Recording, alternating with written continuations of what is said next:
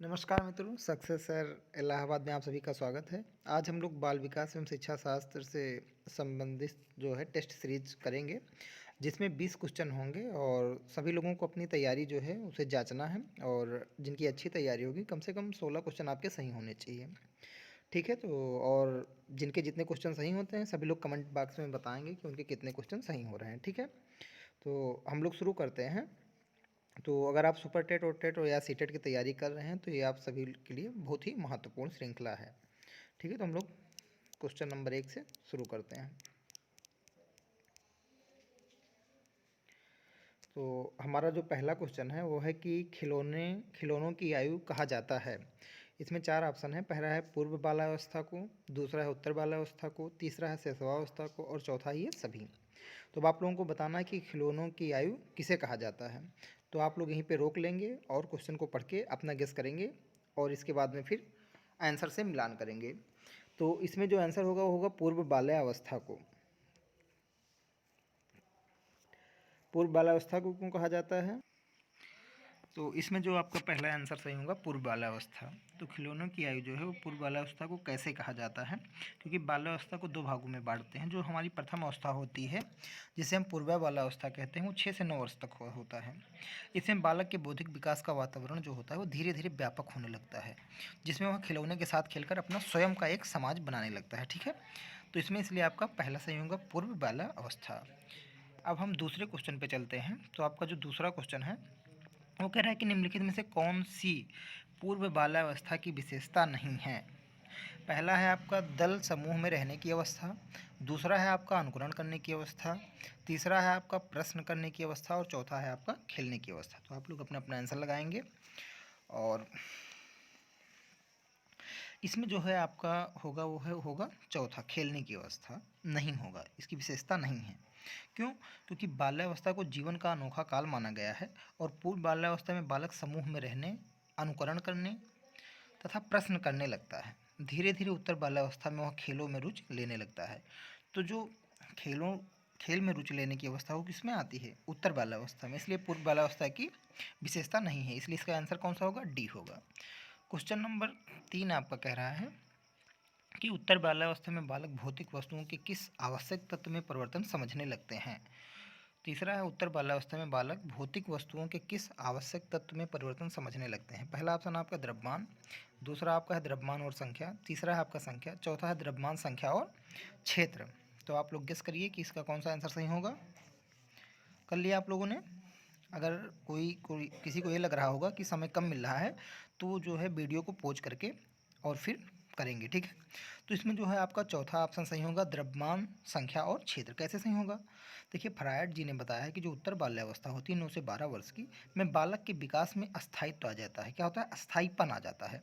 वह भौतिक वस्तुओं के उनके द्रव्यमान, संख्या तथा क्षेत्र के आधार पर समझने लगता है तथा भौतिक वस्तुओं को समझने के विषय में उसकी तनाव की स्थिति समाप्त हो जाती है। ठीक है, तो उत्तर बाल्यावस्था में क्या हो जाता है? द्रव्यमान, संख्या और क्षेत्र में परिवर्तन के बारे में वो समझने लगता है। आपका क्वेश्चन नंबर 4 कह रहा है कि विकास का अर्थ है। पहला ऑप्शन आपका है परिवर्तनों में उत्तरोत्तर श्रृंखला, दूसरा ऑप्शन का कह रहा है आपका अप्रेरणा के फलस्वरूप होने वाले परिवर्तनों की उत्तरोत्तर श्रृंखला, तीसरा आपका कह रहा है अप्रेरणा एवं अनुभव के फलस्वरूप होने वाले परिवर्तनों की उत्तरोत्तर श्रृंखला, चौथा आपका कह रहा है कि परिपक्वता एवं अनुभव के फलस्वरूप होने वाले परिवर्तनों की श्रृंखला। तो इसमें कौन सा सही होगा? आप लोग गेस करिए। तो विकास का अर्थ है इस अभिप्रेरणा एवं अनुभव के फलस्वरूप होने वाले परिवर्तनों की उत्तरोत्तर श्रृंखला। तो इसमें आपका सी आंसर सही होगा। कैसे होगा? क्योंकि विकास की प्रक्रिया जो है एक अविरल, क्रमिक और सतत प्रक्रिया है जो हमेशा चलती रहती है। जो प्रेरणा एवं अनुभव के फलस्वरूप होने वाले उत्तरोत्तर जो परिवर्तन होते हैं उन्हीं का ये क्या होता है? परिणाम होता है। ठीक है, तो कौन सा सही होगा? आपका क्वेश्चन नंबर 3 सही होगा। अब हम क्वेश्चन नंबर 5 देखते हैं क्या है। क्वेश्चन नंबर 5 कह रहा है कि विकास के संदर्भ में निम्नलिखित में से कौन सा कथन सत्य नहीं है। विकास के संदर्भ में निम्न में से कौन सा कथन सत्य नहीं है। पहला आपका कह रहा है विकास की प्रत्येक अवस्था में अपने खतरे हैं। बी ऑप्शन आपका कह रहा है विकास उकसाने बढ़ावा देने से नहीं होता है। सी आपका कह रहा है विकास सांस्कृतिक परिवर्तनों से प्रभावित होता है और डी आपका कह रहा है विकास की प्रत्येक अवस्था की अपनी विशेषता होती है। तो इसमें आप लोग गेस करिए। तो विकास के संदर्भ में निम्नलिखित में कौन सा कथन सत्य नहीं है? तो बाकी तो सब सभी सत्य लग रहे हैं, इसमें कौन सा सत्य नहीं लग रहा है? इसमें बी आपका सत्य नहीं होगा। क्यों? क्योंकि विकास जो है उकसाने बढ़ावा देने से नहीं होता है। ठीक है, कोई विकास जो है अगर उकसाएंगे, किसी को बढ़ावा देंगे तो उससे कोई विकास नहीं होगा।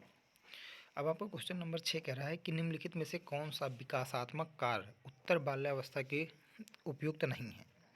किसकी बात कर रहा है? उत्तर बाल्यावस्था, 9 से 12 वर्ष की बात कर रहा है। ठीक है, पहला ऑप्शन है आपका सामान्य खेलों के लिए आवश्यक शारीरिक कुशलताएं सीखना।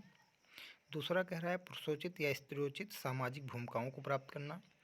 तीसरा आपका कह रहा है व्यक्तिक आत्मनिर्भरता प्राप्त करना। डी आपका कह रहा है अपने हमउम्र बालकों के साथ रहना सीखना। तो इसका आंसर कौन सा होगा?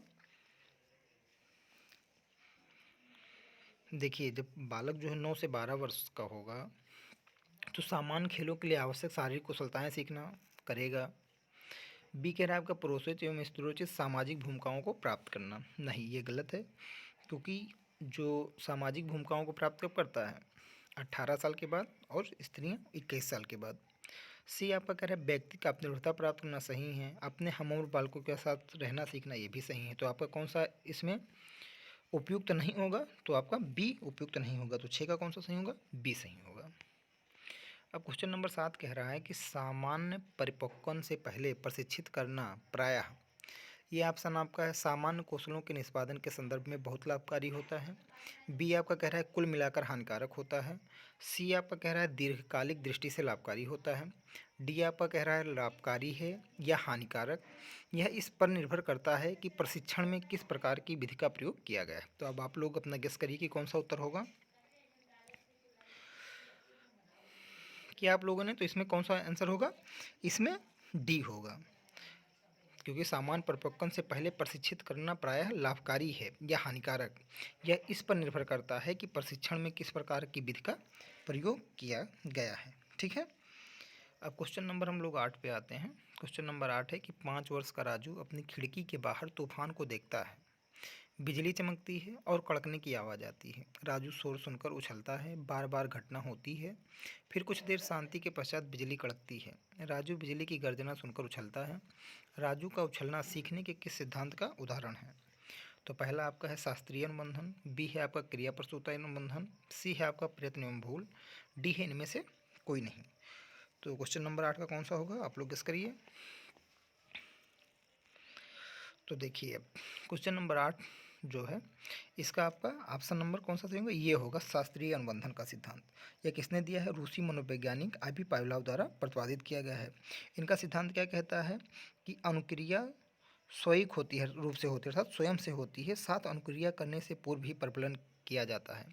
अर्थात कोई भी क्रिया करने से पहले क्या होता है? पुनर्बलन किया जाता है, तभी वो क्रिया पूर्ण होती है या वो क्रिया संपादित होती है। तो ये क्या होगा? शास्त्रीय अनुबंधन का सिद्धांत, और इसे किसने दिया है? आईवी पावलोव ने दिया है। ठीक है, तो ये आपका होगा। प्रयत्न एवं भूल का सिद्धांत इसे थार्नडाइक जी ने दिया है। तो इसके बारे में हम लोग बाद में बात करेंगे। अब अगले क्वेश्चन पे चलते हैं, क्वेश्चन नंबर 9। क्वेश्चन नंबर 9 कह रहा है कि सकारात्मक दंड का निम्न में से कौन सा उदाहरण है? पहला है मित्रों के द्वारा उपहास, बी कह रहा है मित्रों के साथ समय बर्बाद करना, सी कह रहा है मीन मेख निकालना बंद करना, डी उपरोक्त सभी। तो सकारात्मक दंड का निम्न में से कौन सा उदाहरण है? गेस करिए आप लोग क्वेश्चन नंबर 9 का। तो सकारात्मक दंड का निम्न में से कौन सा उदाहरण है? तो ये कौन सा हो सकता है आपका? मित्रों द्वारा उपहास किया जाना। कैसे? देखिए, जब मित्रों द्वारा उपहास किया जाना एक सकारात्मक उदाहरण है। क्यों है? क्योंकि जो है इसके द्वारा जो है बालकों में संवेगों की वृद्धि संभव है। क्या है? संवेगों की वृद्धि संभव है, जिससे बालक जो है अधिक से अधिक सीखने का क्या करेगा? प्रयत्न करेगा। ठीक है, अब क्वेश्चन नंबर 10 आपका कह रहा है कि निम्नलिखित में से कौन सा कथन अभिप्रेरणा एक प्रक्रिया के संदर्भ में उपयुक्त नहीं है? पहला है यह व्यक्ति को लक्ष्य की ओर ले जाता है, बी कह रहा है यह व्यक्ति की शारीरिक आवश्यकताओं की संतुष्टि करता है, सी आपका है यह मनोवैज्ञानिक आकांक्षा को प्राप्त करने में सहायता करता है, और डी आपका कह रहा है कि यह व्यक्ति को अप्रिय स्थिति से दूर रखता है। तो गेस करिए आप लोग कि कौन सा होगा? तो इसमें आपका जो है वो डी आंसर सही होगा। कौन सा? यह व्यक्ति को अप्रिय स्थिति से दूर रखता है। अब प्रेरणा एक प्रक्रिया है के संदर्भ में उपयुक्त नहीं है, अर्थात तीनों जो हैं ऊपर के ए, बी और सी जो है वो आपका उपयुक्त है, सही है अप्रेरणा के लिए, लेकिन यह व्यक्ति को अप्रिय स्थिति से दूर रखता है, ये आपका क्या है, गलत है। तो आपका 10 का कौन सा आंसर सही होगा, डी होगा। कैसे? तो ये जो अप्रेरणा है वो क्या होती है, सकारात्मक और नकारात्मक दोनों में किसी भी प्रकार की हो सकती है, चाहे वो सकारात्मक हो या नकारात्मक, दोनों प्रकार की हो सकती है। इसलिए यह कथन जो है वो सही नहीं है, क्योंकि जो है यह व्यक्ति को अप्रिय स्थिति से दूर रखती है। ठीक है, तो ये क्वेश्चन नंबर 10 का आपका कौन सा सही होगा, डी होगा। क्वेश्चन नंबर 11 आपका है कि किसी उद्दीपन के निरंतर दिए जाने से व्यवहार में होने वाला अस्थायी परिवर्तन क्या कहलाता है? पहला है अभ्यस्तता, बी है अधिगम, सी है अस्थायी अधिगम, डी है अपप्रेरणा। तो आप लोग गेस करिए। तो किसी उद्दीपन के निरंतर दिए जाने से व्यवहार में होने वाला अस्थायी परिवर्तन क्या रहेगा, अभ्यस्तता कहलाएगा। ठीक है, क्या कहलाएगा, अभ्यस्तता कहलाएगा। क्वेश्चन नंबर 12 आपका है कि विद्यार्थियों की अभिवृत्तियों में परिवर्तन के लिए निम्नलिखित में से किस विधि का प्रयोग अध्यापक को नहीं करना चाहिए? तो उसके एटीट्यूड में परिवर्तन के लिए किस विधि का प्रयोग नहीं करना चाहिए? क्वेश्चन आपका है ये पहला है दबाव से किसी बात या विचार के लिए राजी करना, बी है किसी विचार को दोहराना अथवा दृढ़तापूर्वक व्यवहार, सी है किसी प्रशंसनीय व्यक्ति के द्वारा समर्थन एवं स्वीकृति, डी है संदेश के साथ साहचर्य स्थापित करना। तो आप लोग गेस करिए कि कौन सा सही होगा। तो इसमें जो है एटीट्यूड को चेंज करने के लिए हम लोग क्या नहीं करेंगे, दबाव से किसी बात या विचार के लिए राजी नहीं करेंगे। ठीक है, तो इसमें 12 का पहला कौन सा सही होगा, आपका पहला ये सही होगा। ठीक है, क्योंकि क्या है कि अगर अध्यापक के द्वारा विद्यार्थियों को किसी भी बात या विचार पर दबावपूर्वक अगर हम राजी कराने से उनके एटीट्यूड में परिवर्तन करना संभव बनाना चाहते हैं तो ऐसा संभव नहीं है। जबकि अगर हम विचारों को दोहराने, किसी प्रशंसनीय व्यक्ति को अगर समर्थन को लेकर या संदेश के साथ साहचर्य स्थापित करने से उनके एटीट्यूड में परिवर्तन लाया जा सकता है या हम परिवर्तन ला सकते हैं। ठीक है, तो इसमें 12 का आपका जो है पहला क्वेश्चन मतलब में पहला आंसर आपका सही है। अब हम 13 पे आ जाते हैं। 13 कह रहा है कि उपलब्धि अभिप्रेरक के संबंध में निम्न में से कौन सा कथन सही है? उपलब्धि अभिप्रेरक के संबंध में कौन सा कथन सही है? पहला है उपलब्धि अभिप्रेरक जीवित रहने के लिए आवश्यक है, बी कह रहा है यदि व्यक्तिगत क्षमताओं की संतुष्टि महत्वपूर्ण है तो उपलब्ध अप्रेरक को विकास प्रेरक कहा जा सकता है। दो ऑप्शन इसमें टाइप नहीं हो पाया तो हम इसे पढ़ दे रहे हैं आपका। सी है यदि व्यक्तियों के मध्य प्रतियोगिता पर बल है तो उपलब्धि प्रेरक के सामाजिक प्रेरक कहा जा सकता है। वैसे इसमें उपलब्धि प्रेरक के संबंध में निम्न से कौन सा कथन सही है? तो इसमें छूट गया है, लेकिन इसमें जो दो दिए हैं ए और बी ये दोनों सही होंगे, क्योंकि उपलब्धि प्रेरक जीवित रहने के लिए आवश्यक है, सही है। यदि किसी व्यक्तिगत क्षमताओं की संतुष्टि महत्वपूर्ण है तो उपलब्धि प्रेरक को विकास प्रेरक कहा जा सकता है, सही, दोनों सही हैं। क्वेश्चन नंबर 14 आपका कह रहा है कि 6 से 10 वर्ष की अवस्था में बालक रुचि लेना प्रारंभ करते हैं। पहला धर्म में, बी मानव शरीर में, तीसरा यौन संबंध में, डी है विद्यालय में। तो क्वेश्चन नंबर का 14 का कौन सा सही होगा? तो 6 से 10 वर्ष की अवस्था में बालक रुचि लेना किस में प्रारंभ करते हैं? तो ये विद्यालय में रुचि लेना प्रारंभ करते हैं। क्योंकि कोई भी बालक है तो 6 से 10 वर्ष की अवस्था में उसकी जो है पूर्व कौन सी अवस्था होगी, पूर्व बाल्यावस्था होगी। ठीक है, तो इस अवस्था में बालक जो है विद्यालय में रुचि लेने लगते हैं। तो आपको अगला क्वेश्चन है क्वेश्चन नंबर 15। कौन सा सिद्धांत व्यक्त करता है कि मानव मस्तिष्क एक बर्फ की बड़ी चट्टान के समान है जो कि अधिकांशतः छिपी रहती है और उसमें चेतन के 3 स्तर हैं? पहला गुण का सिद्धांत, बी प्रकार सिद्धांत, सी मनोविश्लेषणात्मक सिद्धांत, डी है व्यवहारवाद सिद्धांत। तो इसमें आप लोग गेस करिए कौन सा सही होगा। तो 15 का आपका सी सही होगा। क्या होगा? मनोविश्लेषणात्मक सिद्धांत के द्वारा बालक की जो है मानसिक स्थिति का अध्ययन किया जा सकता है। इसे किसने दिया है? फ्रायड जी ने। ठीक है, तो ये लोग आप लोग कमेंट करिएगा। क्वेश्चन नंबर 16 कह रहा है कि कुछ लोगों का कहना है कि जब बालकों को गुस्सा आता है तो वह खेलने के लिए चले जाते हैं, जब तक कि पहले से अच्छा महसूस नहीं करते। उनके व्यवहार में निम्न में से कौन सा प्रतिरक्षा तंत्र प्रतिलक्षित होता है? पहला है प्रक्षेपण, दूसरा है विस्थापन, तीसरा है प्रतिक्रिया निर्माण और चौथा है उदात्तीकरण। तो आप लोग गेस करिए कौन सा होगा सही। तो इसमें आपका कौन सा होगा? विस्थापन होगा। ठीक है, कौन सा होगा इसमें? विस्थापन आपका होना। प्रक्षेपण होगा, प्रतिक्रिया निर्माण भी नहीं हो सकता है, उदात्तीकरण भी नहीं हो सकता। तो क्या होगा आपका? विस्थापन होगा। अगला क्वेश्चन नंबर 17 कह रहा है कि समायोजन से तात्पर्य स्वयं का विभिन्न परिस्थितियों में अनुकूलन करना है। समायोजन से तात्पर्य स्वयं का विभिन्न परिस्थितियों में अनुकूलन करना है ताकि संतुष्ट किया जा सके। पहला दूसरों को, बी प्रेरकों को, सी उद्देश्यों को और डी आवश्यकताओं को। तो इसमें से कौन सा होगा आपका कि समायोजन से तात्पर्य स्वयं का विभिन्न परिस्थितियों में अनुकूलन करना ताकि संतुष्ट किया जा सके किसको, आवश्यकताओं को। क्योंकि बोरिंग, लेगफील्ड और बेल्ड ने कहा है कि समायोजन जो है वह प्रक्रिया है जिसके द्वारा प्राणी जो है अपनी आवश्यकताओं और इन आवश्यकताओं की पूर्ति को प्रभावित करने वाली परिस्थितियों में संतुलन रखता है। ठीक है, तो बेल्ड जी ने कहा है कि जो प्राणी है वो अपनी आवश्यकताओं और आवश्यकताओं की पूर्ति को प्रभावित करने वाले कारकों की परिस्थितियों में संतुलन रखता है। तो आपका डी आंसर इसमें सही होगा। क्वेश्चन नंबर 18 आपका कह रहा है कि निम्न में से कौन सा व्यवहार भावनात्मक बाधा को प्रदर्शित नहीं करता है। तो पहला है आपका बाल अपराध, दूसरा है कमजोरों को डराने वाला, सी है आपका भगोड़ापन और डी है स्वालीनता है। ठीक है, तो इसमें कौन सा सही होगा आपका, इसमें आपका डी सही होगा, स्वालीनता सही होगा। ठीक है, कौन सा व्यवहार भावनात्मक बाधा को प्रदर्शित नहीं करता है, बाल अपराध भी करता है, कमजोरों को डराने वाला भी करता है, भगोड़ापन भी करता है, लेकिन कौन सा नहीं करता है, स्वालीनता नहीं करता है। ठीक है, तो ये व्यवहार भावनात्मक बाधा को प्रदर्शित कौन सा नहीं करता है, स्वालीनता नहीं करता है। क्वेश्चन नंबर 19 कह रहा है कि निःशक्त बालकों की शिक्षा के लिए प्रावधान किया जा सकता है। ये आपका बहुत ही इंपॉर्टेंट है। पहला है समावेशी शिक्षा द्वारा, बी है मुख्य धारा में डालकर, सी है समाकलन द्वारा, डी है इनमें से कोई नहीं। तो क्या होगा इसमें, आपको गेस करिए। इसमें होगा आपका क्या, समावेशी शिक्षा। तो इसमें ये आपका सही होगा, समावेशी शिक्षा द्वारा।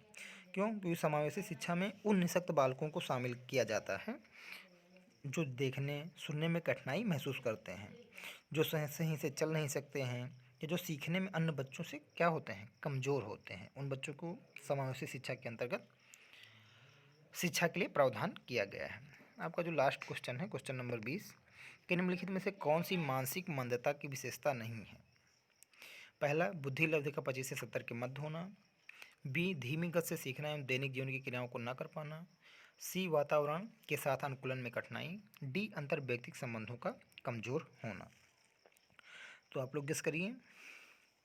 इसमें आपका क्वेश्चन नंबर क्या होगा, डी नहीं होगा, अंतर व्यक्तिक संबंधों का कमजोर होना। कैसे, देखिए बुद्धि लब्धि का जो 25 से 70 के मध्य होना है, धीमी गति से सीखना, दैनिक जीवन में क्रियाओं को करने में अक्षमता अथवा वातावरण के साथ समायोजन करना, मानसिक मंदता या मानसिक पिछड़ेपन की जो है वो प्रमुख विशेषता है। जबकि जो अंतर व्यक्तिक संबंधों को कमज़ोर होना जो है वो वातावरण और परिस्थितियों पर निर्भर करता है। ठीक है, जो अंतर व्यक्तिक संबंधों का जो कमज़ोर होना किस पर, वातावरण और सिचुएशन पर डिपेंड करता है। तो ये आपके 20 क्वेश्चन थे। आप लोगों के कितने क्वेश्चन सही हुए आप लोग कमेंट करिए।